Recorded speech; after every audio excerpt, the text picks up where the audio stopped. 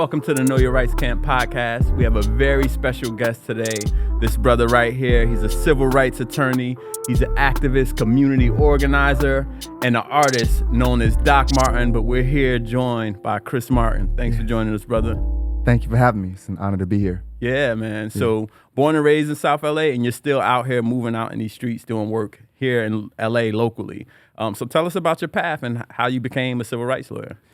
Yeah, so, me becoming a civil rights lawyer is directly related to the fact that I grew up in South Central Los Angeles, right? I still live there to this day. Nice. And, my mom, instilled in me at a young age the importance of standing up and fighting for your people, She would have me watch movies like Panther back in 1995, the story of Huey P. Newton and the Black Panther Party, and at the time when I was a kid, the stuff was kind of boring to me. I didn't really understand it, right. But as an adult, the seeds were planted in me as a child and they grew in me as an adult, right? So, I got to say thank you to my mom for that, All right. Yeah. Your mama. All right. Yeah, exactly. Yeah. And you from LA, you went to Dorsey High, right? Dorsey High, did. those you don't know, a lot of famous alumni, whether it's Judge Joe Brown or DJ Mustard, right? Also Jackie Lacey, That's right. former district attorney, which we'll talk a little bit about her later. Oh yeah, we're gonna talk about it now.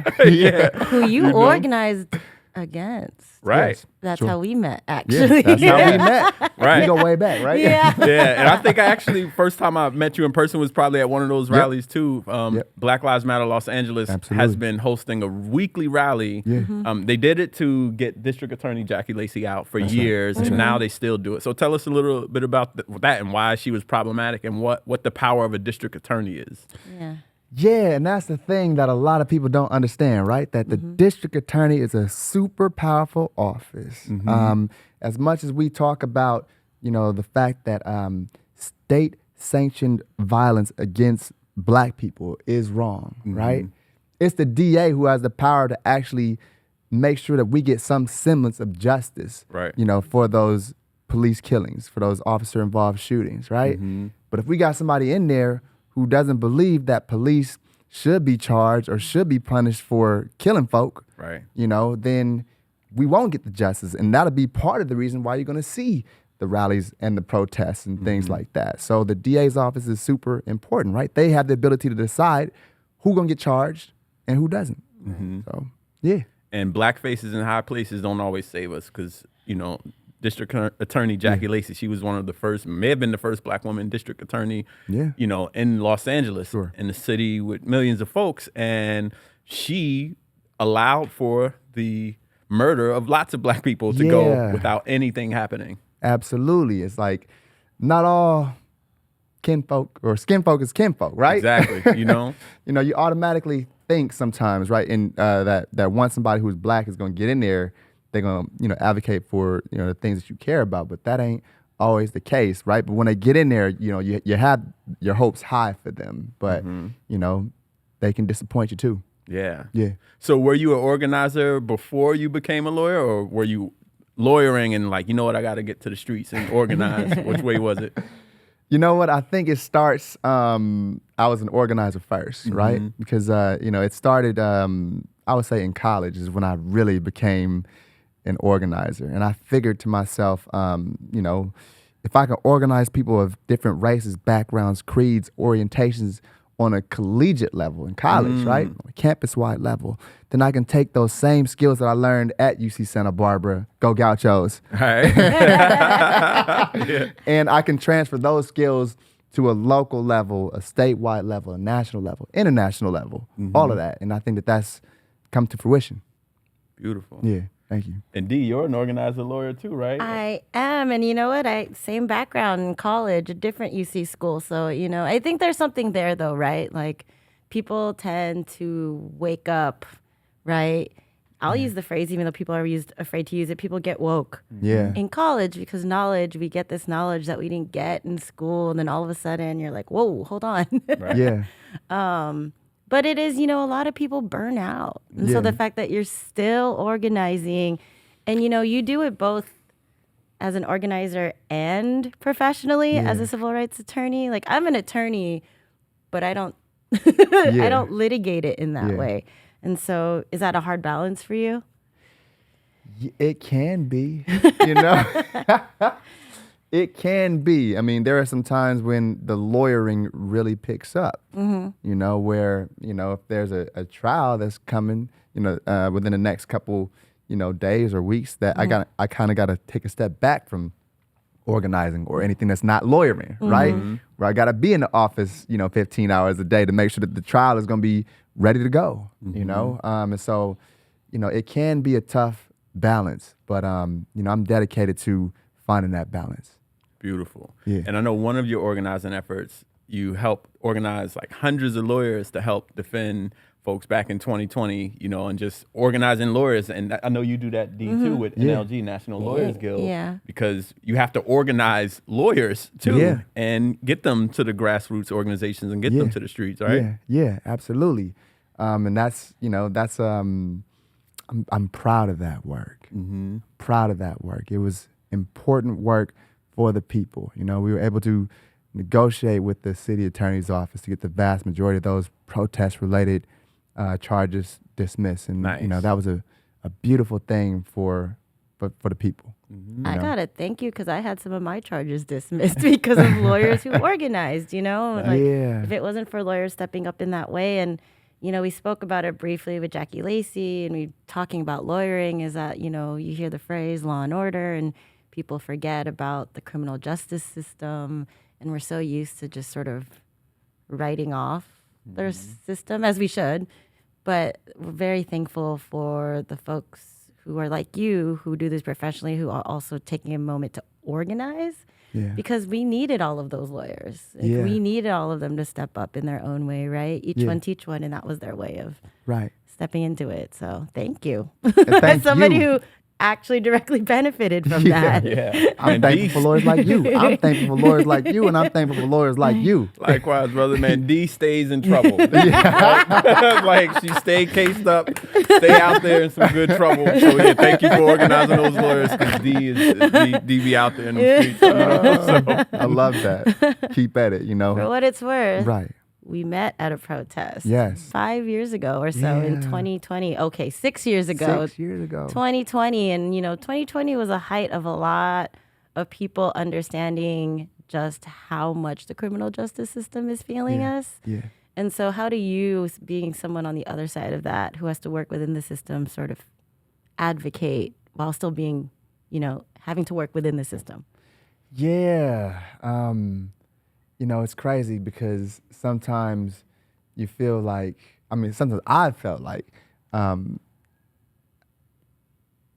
can be kind of limited, right? Like as a lawyer to, to certain remedies that, I'd want to pursue, but maybe I can't because there's no legal basis to do it, So I do think about those types of things. And, I also think about the roles that lawyers play, and in some weird way, a lot of what goes on in the world is directly related to the decisions that lawyers make, or that they don't make.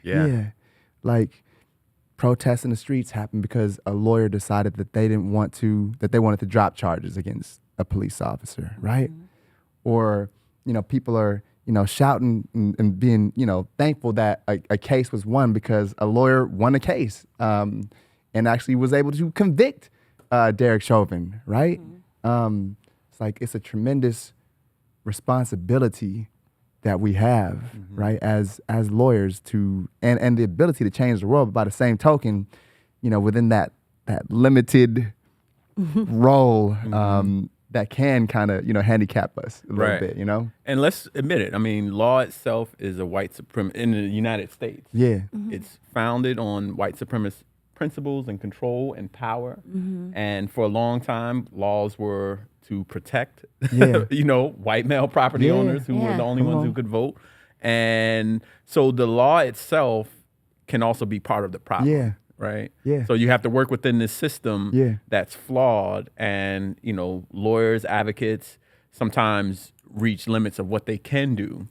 And I mean, I understand you had to take some extra steps, or you're in the process of taking other steps, because even the law itself isn't working, right? So what else are you doing as a way to change communities?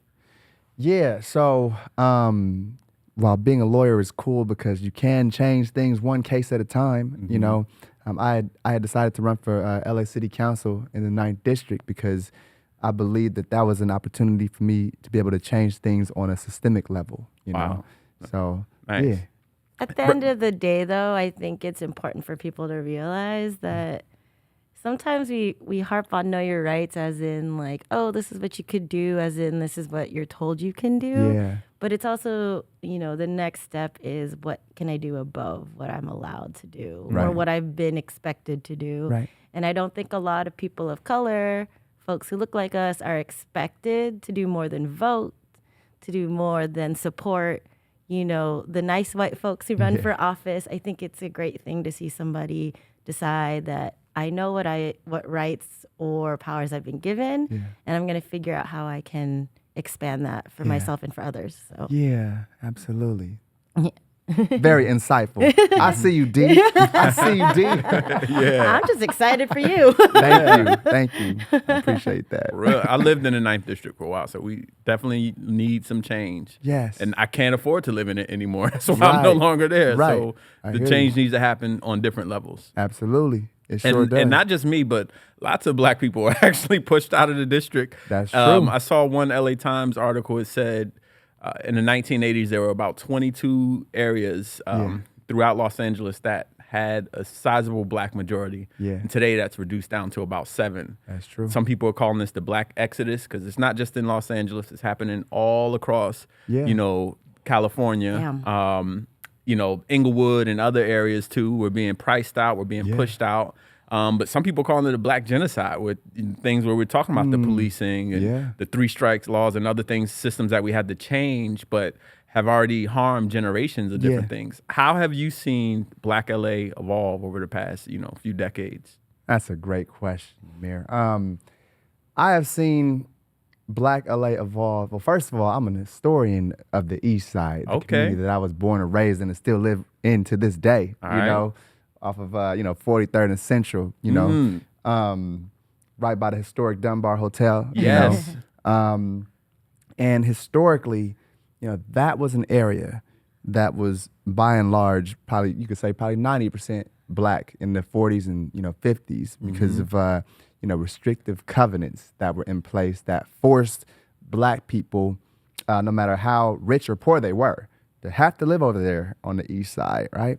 The irony, though, is that because of that, the community thrived, right? Because, no matter how rich or poor you were, you had to live over there. So, like, the Black businesses were thriving and, we had Black dentists over there, to the extent there would be Black professionals, they were all concentrated in that area. Once the restrictive covenants were lifted and people were allowed to move further west, a lot of them did, right? And so that's why, like, a lot of folks, who are on the East Side are no longer Black, right? The Black folks who could afford to move west, like, did, and the folks who couldn't afford to move west, like, stayed behind. So, like, that's one of the major ways that it has, that I've seen LA change, and particularly like my neighborhood change, right? Like, now there aren't any more like thriving Black businesses over in my community now because, a lot of them like moved west into what like Lamert Park and Crenshaw is like now, like that's what Central Avenue was back in the day. Right. Yeah. So it's forever evolving, forever changing. Yeah, absolutely. I mean, and who knows, this thing goes in cycles, right? So it's possible that maybe one day Black folks will move back over there. You know? Yeah. But it's a lot of Black folks like me that just like, we going to just move to the Inland Empire. Right. We can afford because LA is crazy. Palmdale, Lancaster, you know what I mean? Particularly, that was also a huge part of, more Black people from my community like moving out. There were some folks who were in apartment complexes and things like that. They got housing vouchers to move to Palmdale and Lancaster and the desert so that developers can do what they wanted to do with those former like low income apartments, Yeah. Nice. So that's the thing. Yeah.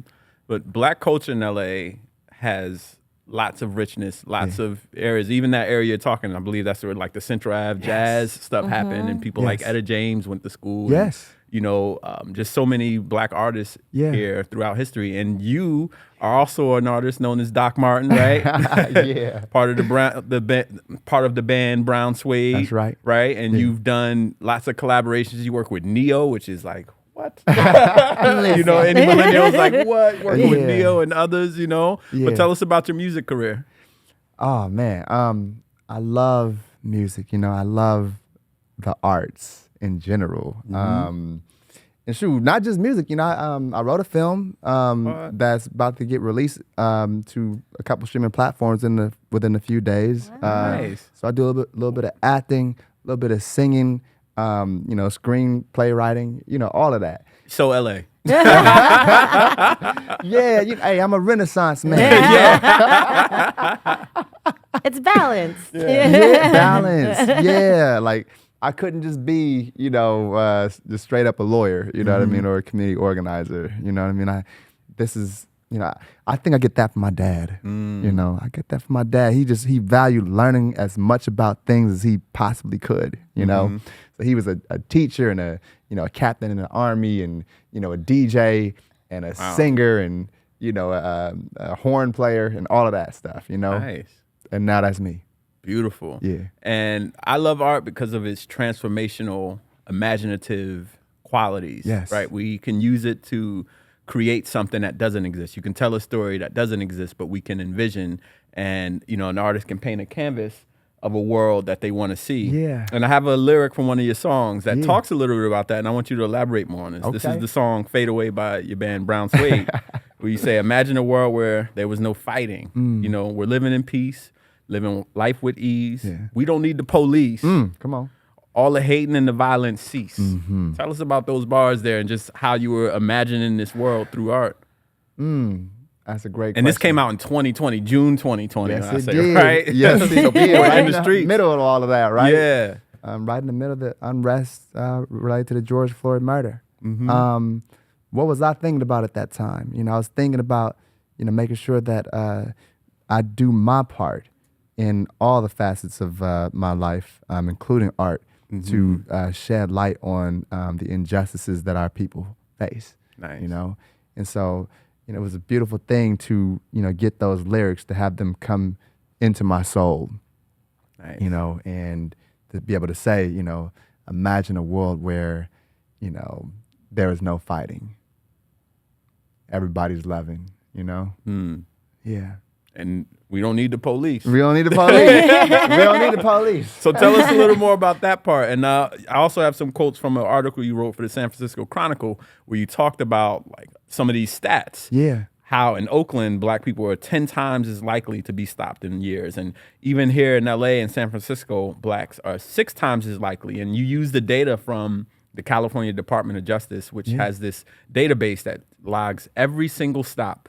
Yeah. And each year there are millions of these stops. In the year you looked at, there were over 4.5 million stops in 2023. And black people were 2 to 3 times as likely to be stopped from the police. So when you say we don't need the police, what you talking about? Right. And that includes, my own experiences. Right. Please with speak police, on it. I mean, as much as, growing up in South Central Los Angeles, as much as I had to watch my back about being banged on by the Bloods and the Crips, right? Which that's real, right? I also had to watch my back about being racially profiled, And that don't change just because I'm a lawyer. Right. Right. That does not change just because I'm an educated young black man. At the end of the day, I'm still a young looking black man. Yeah. I think I look young. Yeah. So, in the eyes of the police, whether I'm in a suit and tie, or in my hoodie, just looking like a regular brother. I can still be stopped. I have been stopped. Right. I know how it feels to be in handcuffs on some racial profiling, type of, stuff, Right. I also know how it feels to seek justice for it, right? And to get some justice for that too. Right. And so to fight back through using the legal system to do that. So I'm thankful that, my experience as a lawyer and this gift that I've been given has allowed me to be able to fight back. Right. No, they didn't know who they was talking with. So like, but tell us about that situation, though, because there was a situation where you are a lawyer, right? Yeah. And they maybe, of course, clearly didn't know that, but you're still being racially profiled, right? Yeah, absolutely. And there's more than one situation like that. Right. Like I'd say the last one probably happened about maybe about a little bit over 6 months ago. Wow. Just, walking around and the cop, pulled over with the flashlight, and I was like, look, I'm a civil rights attorney, officer. I don't think you want to be harassing me today. He's like, oh, I'm not trying to harass you. And then he drove off, you know what I mean? But for some folks, for some officers, that they don't care about that. Right. They're going to do what they're going to do anyways, And so, the important thing in that situation was for me to, stay calm. Right. Stay calm. Although I also recognize that, just because you do stay calm, certain things are outside of your control, Right. But I just wanted to make sure that I did everything that I could to survive the encounters. Yeah. Yeah. And I did. I'm still here, right? Thankful for that. Yeah. It's the word, though, survive, right? You're just walking down the street. You shouldn't have to survive those that are supposed to be. What's ironic, actually, is that you're a lawyer. They're the police. In that ideal world, in the way people thought this would work out, was that the police enforce the laws. The lawyers are also enforcing laws. Yeah. But because the police don't know the laws and therefore don't and make up the laws and enforce whatever they believe versus the laws, you're actually now on opposite sides. Yeah. And the irony that you just used the word to survive, it's actually painful to hear. Yeah. Right. You're a grown man who knows your rights, who is in this system, and you use the word survive. Yeah. That's just, that hit. Sorry, that hit me just right now. Like, and that you're someone who knows your rights. You're someone who knows how this works. Yeah. It's scarier for the average person who doesn't know. Right. Yeah. Yeah, who will just try to, we've seen it. Somebody wearing their hoodie, gonna go get Skittles. Yeah. Someone going to walk down the street to visit their cousin who lives 2 blocks away. Yeah. Sorry, it just kind of hit all at once. Yeah. And you're someone who has all of the tools at your disposal. And so it's just a reminder that there are so many who don't. Right. Absolutely. And, I'm going to say, like shout out to people who, have been racially profiled and, maybe they didn't necessarily know that, that they could do something about that and they had to just like keep that in, my heart goes out to, people like that. Or they were racially profiled and maybe they spoke to a lawyer and like, the lawyer told them like, there's no legal basis, right? Because, technically they had reasonable suspicion to stop you, and frisk you or something like that, So like my heart goes out to folks who have experienced racial profiling and police brutality and to their families if, like they didn't survive the encounter, And that's one of the beauties of the song Fade Away, where you can just reimagine and imagine a world without police, where you don't have people abusing that power, abusing people's rights, because it's not in the imagination of a lot of people. People feel like the city of LA, for example, has to spend, I think, at this point, like almost $1 billion on LAPD. Yeah. LA County, we're spending $3.5 billion on incarceration, the jails, and the sheriffs. And it's just so normalized that people can't even use their imagination anymore to imagine a different system. Yeah. And you also co-founded an organization called Reimagine Child Safety that's also using that imagination to imagine a different system of what people know as the child welfare or foster care system, but you all call it the family policing system. Yeah. So what's the difference? And tell us more about that coalition. Yeah. So the Reimagine Child Safety Coalition was something that was founded really out of the George Floyd murder and the civil unrest that ensued because of that. A lot of people who, were in children's court, felt like now is the time to like really organize on this issue of, the injustices that parents and families and their children face once you're in children's court. Essentially, for parents,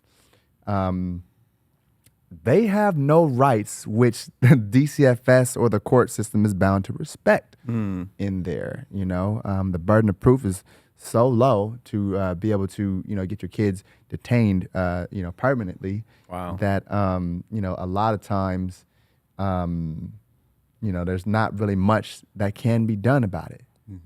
They don't have Miranda rights. They have less rights than a person who's experiencing, criminal prosecution. Wow. Right? Like the social worker kind of like acts like the police in that situation, right? They can interrogate, a parent.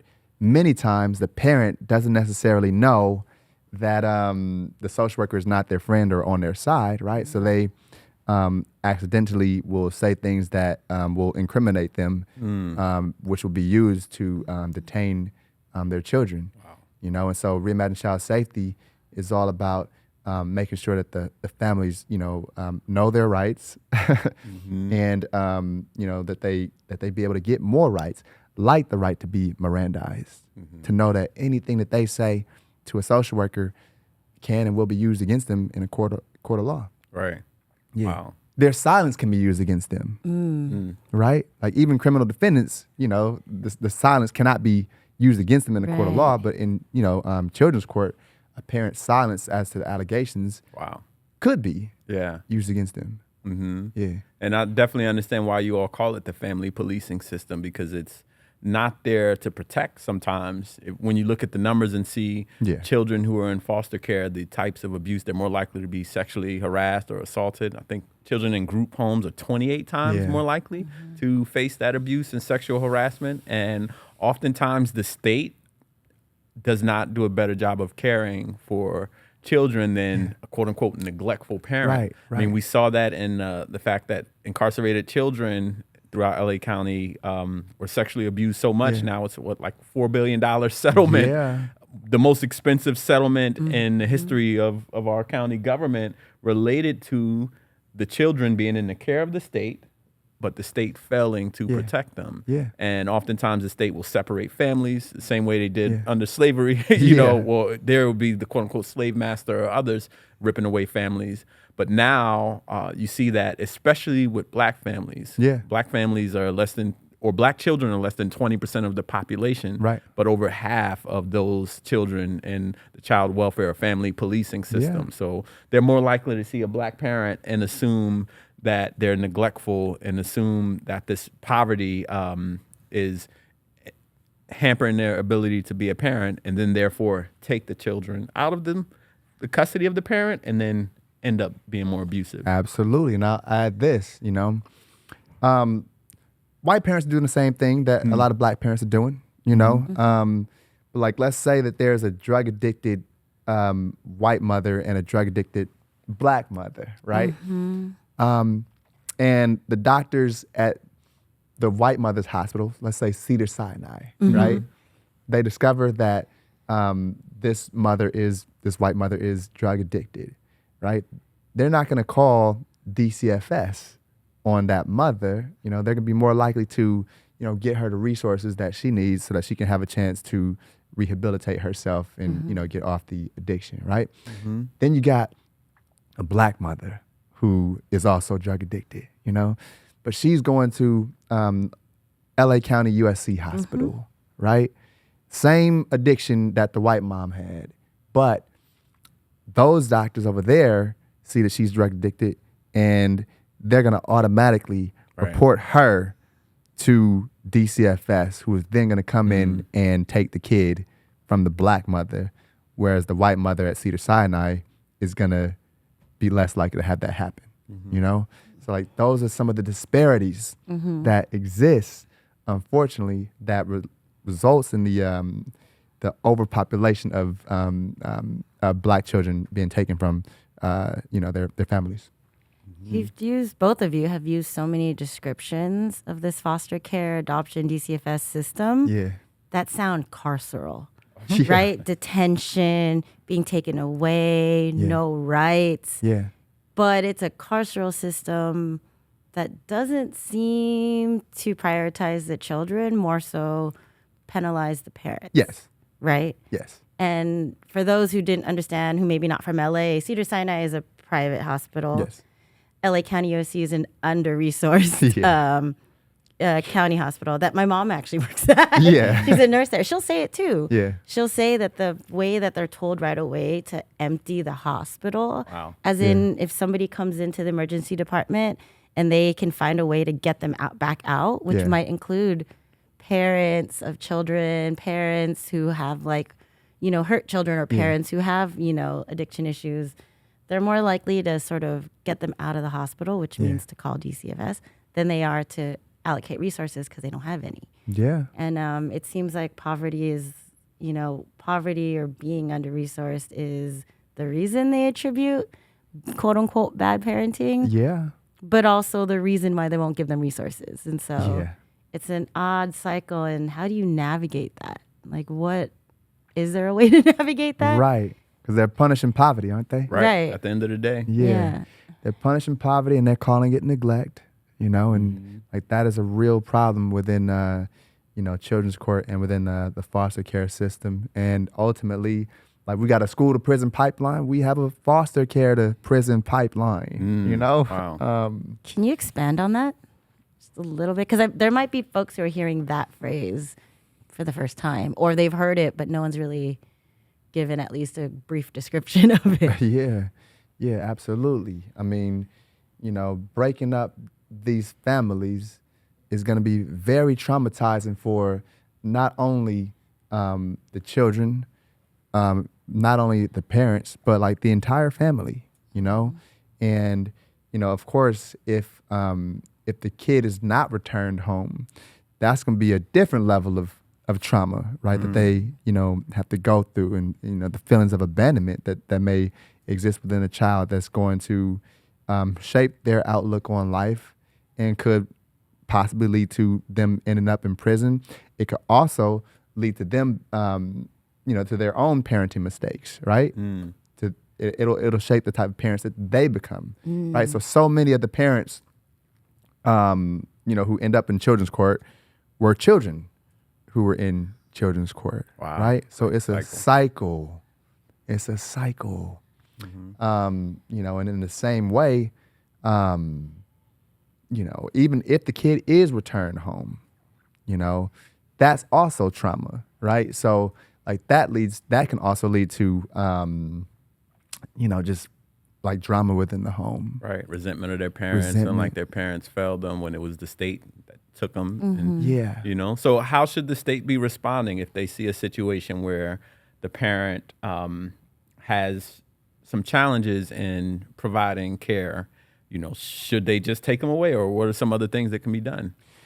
Yeah, I mean, personally, I believe that detention should be the absolutely, positively last resort, and that the burden of proof and the standard for detaining a child should be high, like that's one of the most traumatizing things that you can do, to a family is to remove the children from their parents, and so before, the system decides that they're going to do that, that needs to be the last resort. Right. But it's the first resort. Oftentimes. It's the first, and it's very easy to do. The burden of proof is prima facie. Wow. So it's high for a parent. Like I say that I used to tell the parents, many of whom would not understand, right, why their children are being taken away, because they, of course, denied the allegations that were being levied against them, right? And, it was heartbreaking for me to tell them that the standard of proof is so low at this stage, where all they have to be is maybe 25% sure that you did what you were accused of in order to, take the children from you. Basically a maybe. Like you may have abused them. Okay, there's a red mark there that could have come from a burn, could have come from different things but you might have done that, so we're going to take this kid. You might have done that. Not even a probably, right? Right. But a maybe. You could have, And so those children are going to be detained. And once they're detained, it's going to be a minimum of 6 months in many situations, Yeah, it's traumatizing, ripping a family apart for 6 months. And then you gotta, in order to get the kids back, you have to, generally speaking, do programs. Some of them can be expensive, right? And if a lawyer forgets to ask the judge to, do like low to no cost referrals to, some of these programs, then the parent is gonna have to pay for those things out of pocket. Wow. Right? That's something that a lawyer shouldn't have to ask for, though, right? That's something that the judge or the system should automatically like be given to parents. But like oftentimes it's incumbent upon a lawyer to make sure that they ask for that for the parent, So, but if you got work and all that kind of stuff, you're gonna have to decide whether or not you're gonna go to work or do the program to get your kid back, right? And it's kind of just a catch-22. Yeah, then you're left if you you can't provide for the family. You're gonna give cereal with no Merc. Yeah, exactly. Like you're gonna have the campaign with no sir. Exactly. But that's what the brother was talking about in this viral video. He was saying, he was trying to provide for his child in the way that he was able to, which, like no brand food and stuff. And then, the mother of the children was like, that's not good enough. And he's like, man, I had it even worse, So, but they force that kind of situation where they force you in poverty by doing all these programs where you literally cannot have a full-time job, or they take away your license for not paying child support. So it's like, how are you going to get a job, pay child support when you don't have a license? That's why they call it the family regulation system. It's really, they're just criminalizing families, and it disproportionately impacts black families. Disproportionately. And it's a shame, and we got to continue to fight. Fight. But the thing is, though, to distinguish it between, let's say, a movement for Black lives, right, where many folks understand now, especially in light of a George Floyd situation, that maybe there is some validity to the notion that police do harm communities of color and specifically Black people. Like people know that now, right? When it comes to the foster care system, the average person does not know anything about what's going on in that system. So it's a little bit more difficult to, get people on board to support, like some of the revolutionary stuff that perhaps an organization or a coalition like the Reimagine Child Safety Coalition is doing, right?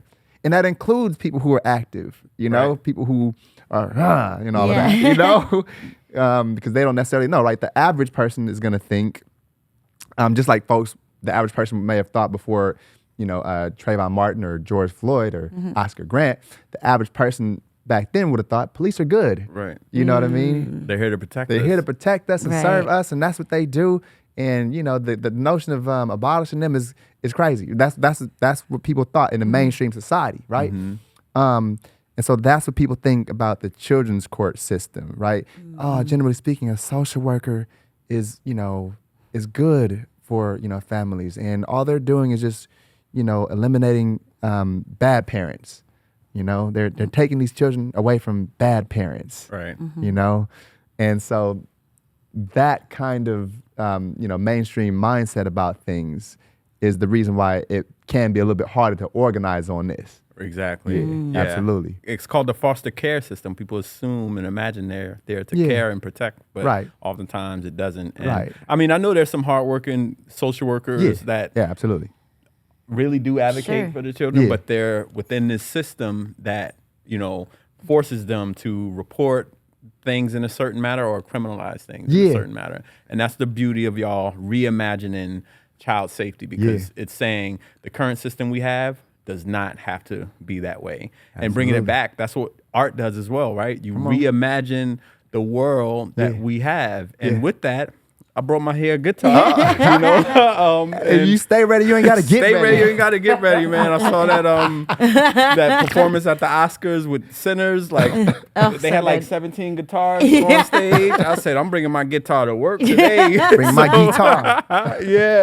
So I want to see if we can play a song for the people. Please, YouTube, please do All this. right. Yes. Me, not creative. I meant to bring you a tambourine, Truly lawyer brain. Okay. I didn't even get that Filipino singing gene. I'm upset. So, but I have seen you perform, and I've seen you perform, and I think it'd be great for you to perform together. All right. Do I sound all right, D? When you heard me? You sound really great. Right. Okay, first of all, that is actually another way I remembered you because we were meeting so many people in like the advocacy space. Yeah. Mm-hmm. But I'm not gonna lie. At first, I was like, "Oh, he's the singing actor." Yeah, man. And I meant that in the best way possible because, like the lyrics hit home, and you have talent, and so. Yeah. No, the brother man got a silky voice. Yeah, I should do that. I'll slide over there. And you guys do your thing. No, but I want to do this song. I love this song from Brown Suede, your band called Fade Away. Mm-hmm. You know, and shout out to Lud. I know he plays guitar on this, but I'm going to just, you know, I kind of want to step out of this and just... Otherwise, you're just going to see this the whole time. They're going to learn today. Right. All right. So now we want to have this brother, Chris Martin, bless us with our first musical performance here on the Know Your Rights Camp podcast, a song from his band, Brown Suede, and the song is called Fade Away. 1, 2, 3, 4. Hey.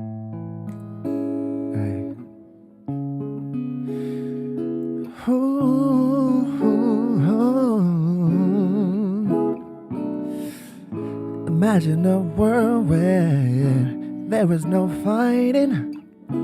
Everybody's loving, just laughing over nothing. 'Cause living in peace, living life with ease. And we don't need no police, all the hating and the violence cease. Wouldn't it be nice if maybe once or twice we could get together, make the world a little better? Wouldn't it be cool if we could change all the rules? Would you think I'm a fool? Try to silence me too. Ooh, everybody listen. It's time to make a difference. Oh, in this world today, you gotta have a vision, and that's what we've been missing. Don't let it fade away. No, ooh, don't you let it fade. Yeah. Walking down the street on South Central Ave, thinking about all the things I thought I'd never have. Envisioning money, cars only at first. Now I'm focused on breaking generational curse. Elevated when things started to bother me. That was seeing my people living in poverty. Nipsey had vision on how it ought to be. Yo, can we make sure that it's brought to be? Wouldn't it be nice if maybe once or twice we could get together, make the world a little better? Wouldn't it be cool if we could change all the rules? Would you think I'm a fool? Try to silence me too. Ooh, everybody listen. It's time to make a difference. Oh, in this world today, you gotta have a vision, and that's what we've been missing. Don't let it fade away. No. Yeah. Ooh, ooh, oh, yeah. Don't let it fade away. Don't let it fade away.